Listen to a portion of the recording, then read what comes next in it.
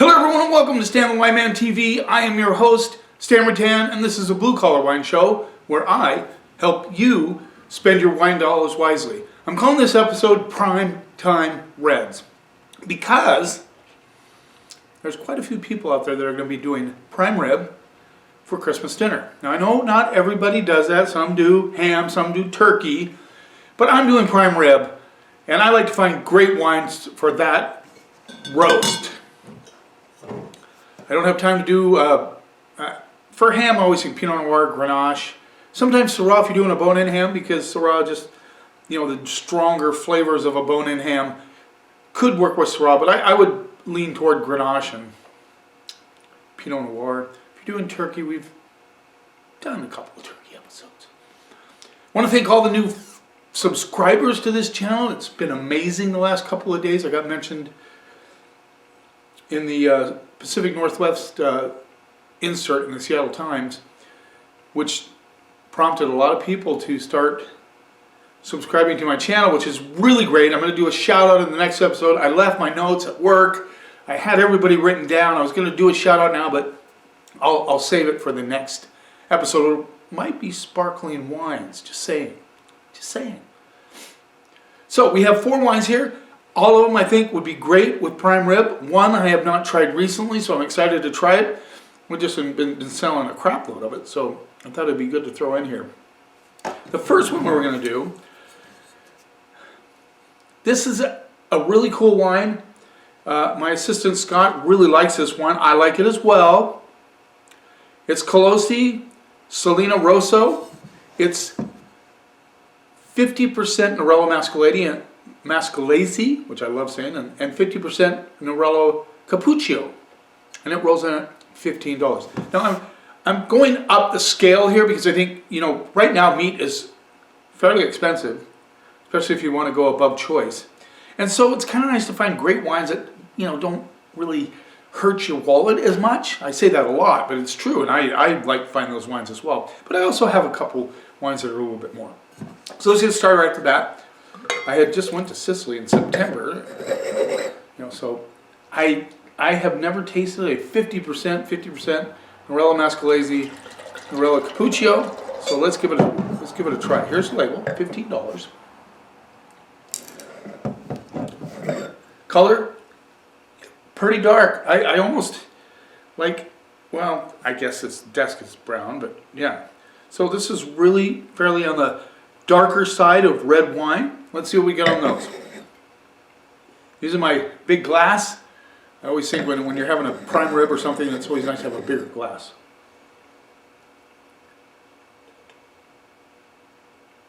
A lot of cherry, a little bit of ripe cranberry notes. Loads of licorice. Lots of licorice on this one. Yeah, I would say cherry, ripe cranberry. And I say ripe cranberry because a lot of people think of cranberries as tart, but this is a riper cranberry smell. I like the licorice notes and even a hint of chocolate. Let's see what we get on the palate.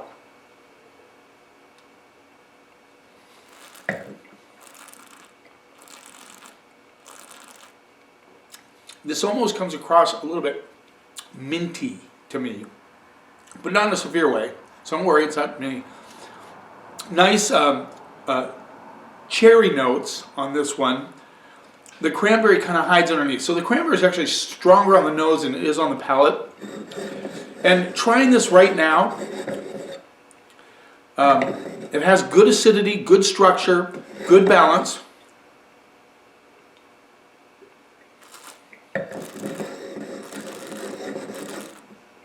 As you draw air into the wine, the ripe cranberry notes really come out on the mid palate, not up front. So you get the front attack of cherries, then the mid palate kind of is taken over by the ripe cranberries. The licorice notes are there, but they're very, very, not as detectable on the palate as they are on the nose. So this is an interesting one because when I was in Sicily, I tried some Nerello Mascalese, which they do a lot on Mount Etna. Colosi is in Salina, which is an island up north of Sicily. And I never tasted a Nerello Mascalese like this one. And the Nerello Cappuccio could probably alter it for sure. But they like to blend that grape into Nerello Mascalese a lot.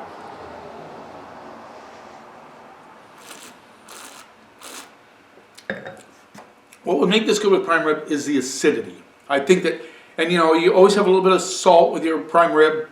Some people put rock salt on their prime rib, which would really help with that cranberry notes. You'd get this nice savory element to this wine, which goes with the savory meal.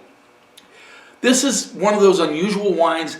It's a little bit lighter bodied, but I think it would, I know it'd stand up to steak, mostly, like I said, because of the acidity. And it's not high acid. I'd say just medium acid.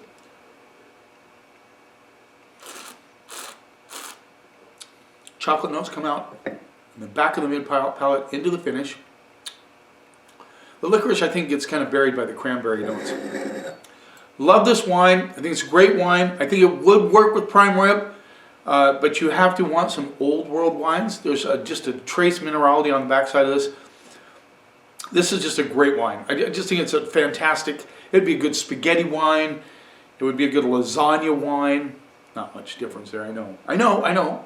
Good with some stinky cheeses. This would be it's a fantastic wine for $15. And I do think it would stand up to prime rib. $15. Now, once again, you got to know if you're inviting some people over, you have to know where they're at palate-wise a little bit, because this might be like maybe not for them. But if you know what you like, if you have some old world palate, this is perfect. And it has enough fruit to really satisfy the person that likes a little bit of old world wine. You get the picture.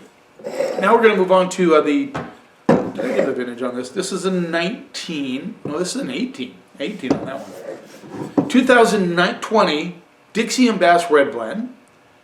This is Columbia Valley, Washington. Josh Maloney is a winemaker for this winery. Josh, I've always loved Josh's winemaking. This is $15. It is 53% Merlot. 61% Merlot, sorry.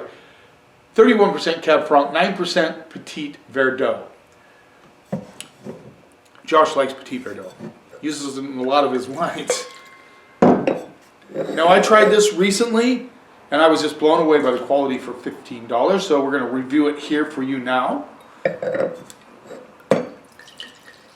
a customer come in today, or was it yesterday? Said they liked it better than a fairly well-known, I'm not going to say which one, but a fairly well-known one that I sell a lot of in the $30 range. His wife didn't totally agree with him, but anyway. Again, this is kind of purple-black palette. So, it's got a lot of Merlot in it. I was wondering why I don't have a Merlot in this lineup, and I thought, well, why don't I love Washington Merlot, and there are some California Merlots I like, and I think Merlot would be a good play with prime rib, as long as you get the right one for that matchup. But this has 61% Merlot, Cab Franc, Petit Verdot. Let's see what we get on those. Oh, chocolate all day. Chocolate, currants, licorice all day. Big nose on this one, like, wow. But a dark cherry action coming through with the currants, the licorice, and the chocolate. I'm even getting just a little bit of bark, like dried bark coming through as well. Let's see what we get on the palate.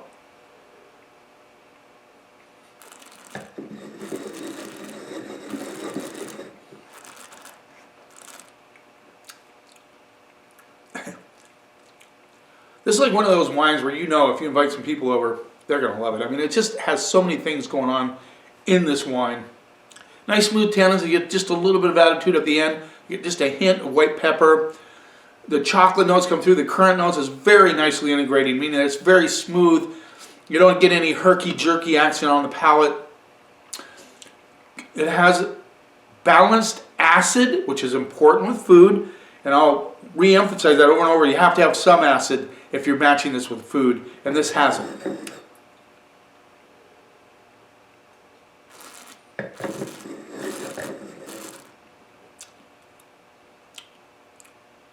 Solid wine. The finish is, you just get just a hint of that dry bark action on the finish as well, but overall just nice complexity. This is one of the more complex wines I've tasted for $15. I forgot to grade this. So I'll backpedal after this.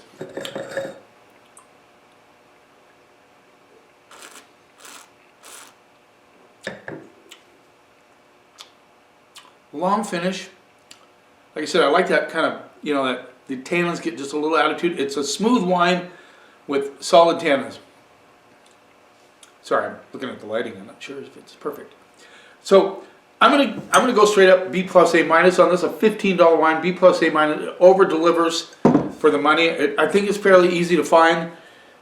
If you're in the state of Washington, Southern Wine and Spirits distributes this wine. On this Colosi, I'm gonna go straight up B plus on this wine.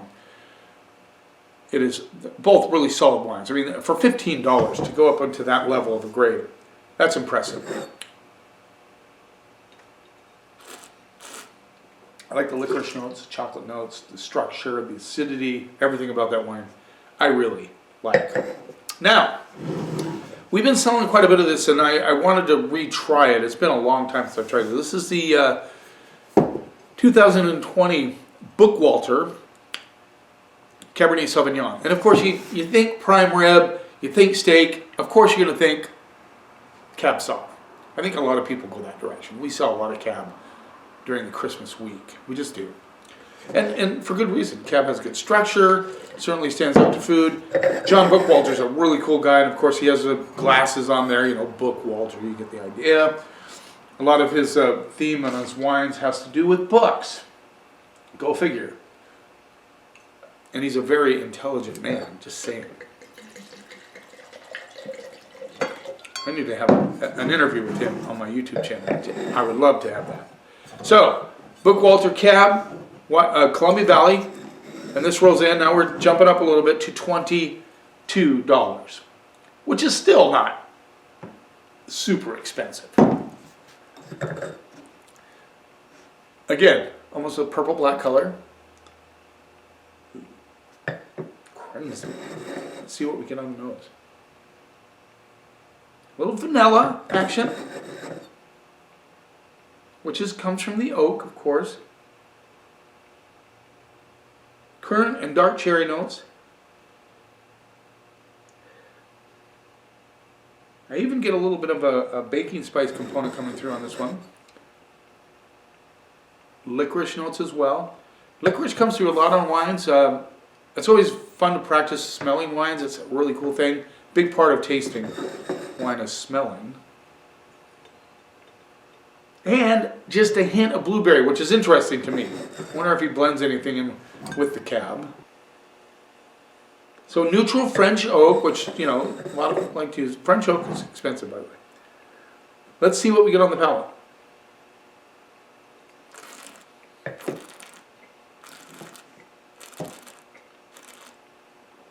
Well, I kind of understand why we're selling a lot of this baby now. Big currant notes on this one. This is a big wine.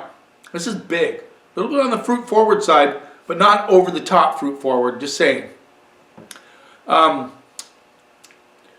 like there's a little bit of an earthiness on the back side of this one.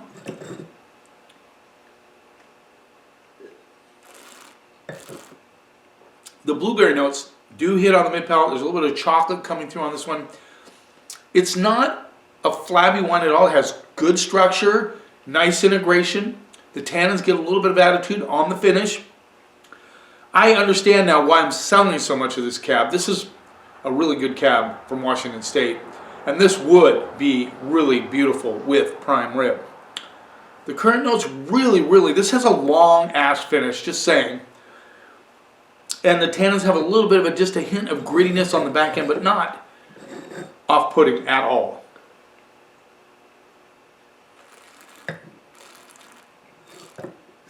And I see that for a lot of people. Like, I like a little bit of grittiness to my tannins, especially when you're having food, because the food makes that disappear.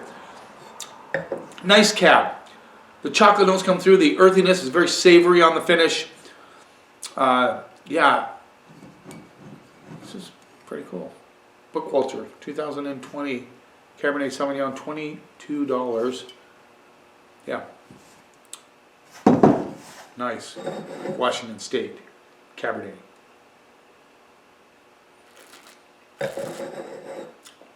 I'm gonna go B plus A minus on that as well.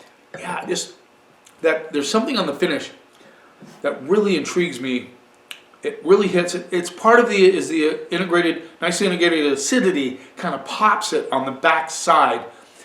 A not mostly like very earthy notes with the currant. So you get that kind of currant, then you get like a lift on the back of the finish from the acidity that's very well integrated. Yeah, I'm gonna go B plus A minus on that cab. Solid cab for $22. Same. And I think this has an ageability of probably 5 years, which is, a lot of us can do that. Go that extra 5. Okay, this is the 2020 Dunham Cellars Trutina Red Blend. This is 53% Merlot, 40% Cabernet Sauvignon. It says it right on the front. Good for you. This is $30. So now we're stepping up to the plate. And some people like to do that at Christmas. Thanksgiving is past, Dan. So this is Merlot dominant, although not a lot more. Pretty close, pretty close to 50-50. But I'm glad to have a couple here with a good dose of Merlot in them. Yeah. Okay, let's see what we get on the nose. First of all, again, kind of a deep, dark, crimson purple sort of thing, if that makes any sense. I'm terrible with colors, by the way. I think I might be a little bit colorblind, at least my wife tells me. So on the nose, there's definitely baking spice on this bad boy. I almost get like a hard candy-esque smell, like hard currant candy, hard cherry candy. Licorice notes on this one as well. A little bit of chocolate coming through. A lot of chocolate on these wines, except for the one from Sicily, of course. Did I say chocolate? Getting a little bit of black plum on the nose as well. Let's see what we get on the palate.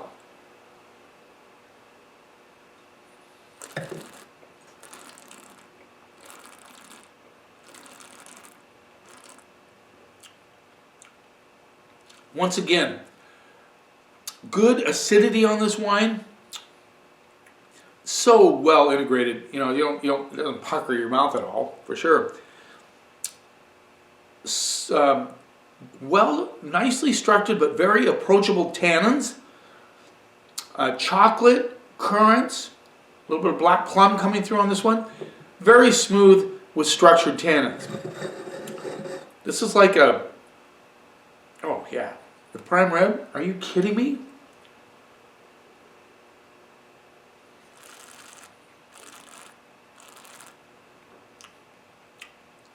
Nice juiciness on the palate as well, which I really like.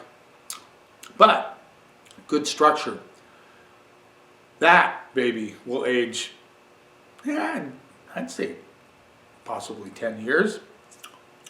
I love that freshness that it has from the acidity, but yet it has the fruit. It has that kind of currant black plum notes that come through. Structured tannins, but smooth. Solid wine. In fact, I wish I had a piece of meat right now, just telling you.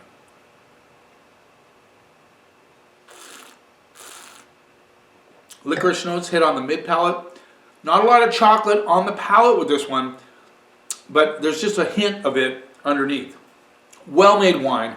Well, actually, they've all been really good.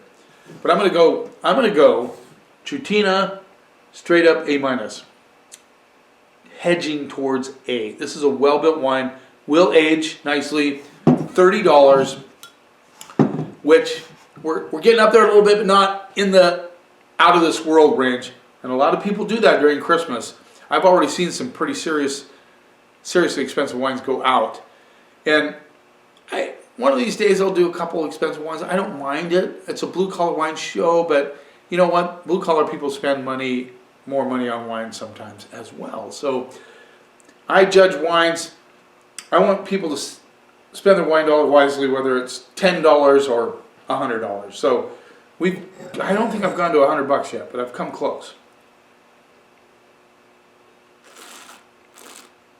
Solid wine, A minus, A. There you have it. Prime Time Reds. The only one, and I will give a cautionary one on this one. The Selena, Norella Mescalese, Norella Capriccio, you have to know your crowd. They have to like old world style wines, but it does have the guts to stand up to a prime time. Thanks for taking a little time out of your day. I really appreciate all the new subscribers. It means a lot. I mean, a huge amount to me. It's great.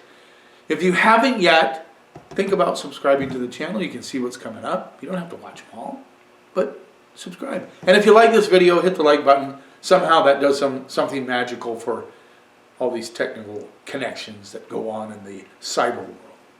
You keep watching, and I'll keep helping you spend your wine dollars wisely.